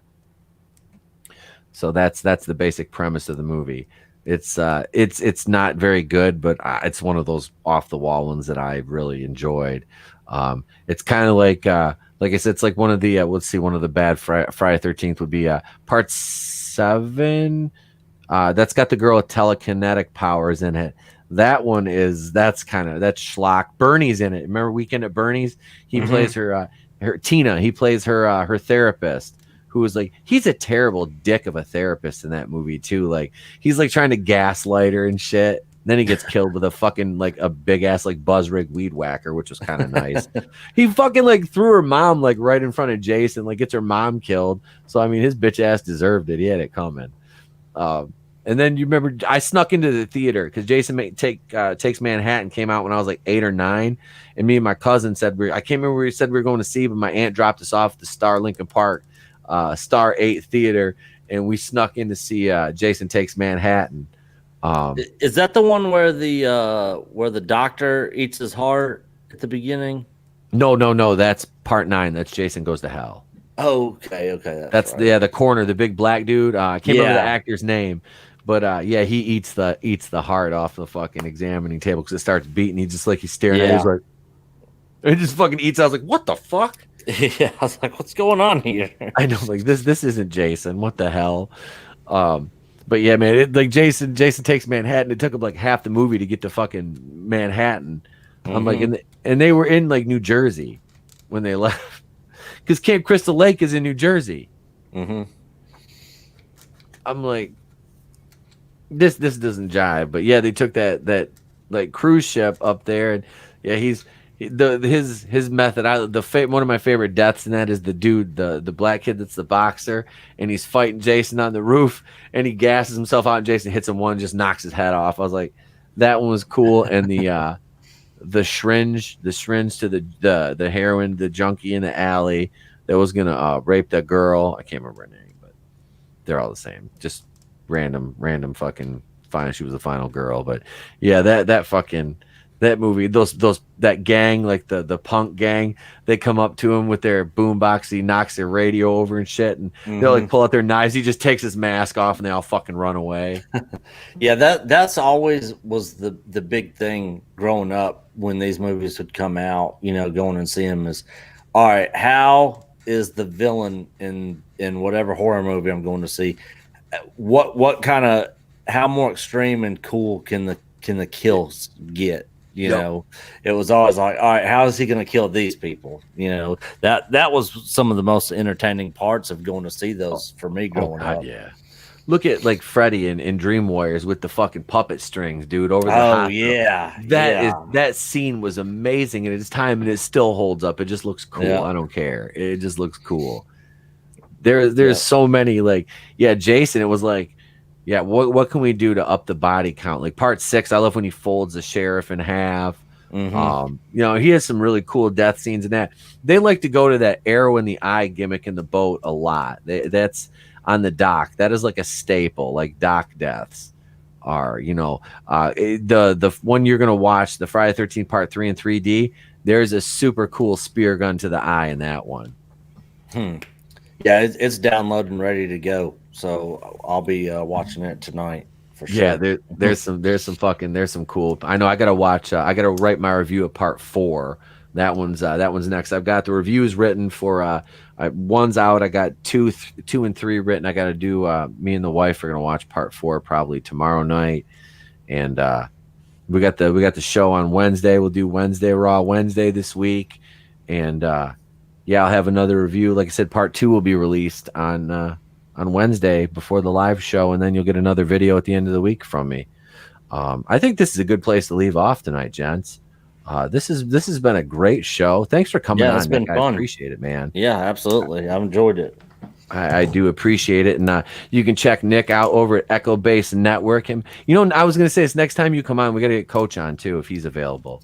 Yeah, he is. It's hard to get him on with his family life. It's hard for me and him to be consistent on content for ourselves. I'm a little bit more free and open than he is. But yeah, next time you have us on, if you're covering Star Wars comic stuff, stuff like that, video games, you know, anything like that. Yeah, I'll, as long as you let me know in advance, I'll try to get him to work it out to where he can jump on here. Absolutely, and I felt bad. I didn't want him to think I didn't want him to come on or anything, but I think you'd mentioned that before, that he had a very like difficult schedule. So it's like I always like having you on. You're a great guest to have on, so I do appreciate it. And and Salvador, welcome back, my brother. Welcome back, Mr. Cotter. Yes, thank you, sir. It's been great having you on, man. It's nice to see you. You got your seat at the table back, huh? It was It was always nice there. having those randos keep my seat warm. Oh hell! So next Monday night, Stephen Walton, the Fandom Menace historian, will be joining me, and I think Kendo was trying to get on tonight, but his work schedule was very hectic. So we talked. He was going to watch Monday Night Football and pass out. So I said I don't blame him. He's got to be to work early in the morning. So thank you everybody in the chat. Keely Chow. Warlord Titan Tiberius, Linkalek 7, Manliness and Motivation. Let's see who else was up in there earlier. Flare X was there, the Professor. Thank you guys so much. I saw Angelus Draven, Gaming Culture, J Money J, Raiders of Lost Flicks. Thank you guys all for opining this evening. And yeah, that's about it. So until next time, I'm Itapukuian of the Place to Be Reviews. I've been here with all of yous. And remember, if I don't see you, you guys have a great day and a pleasant tomorrow.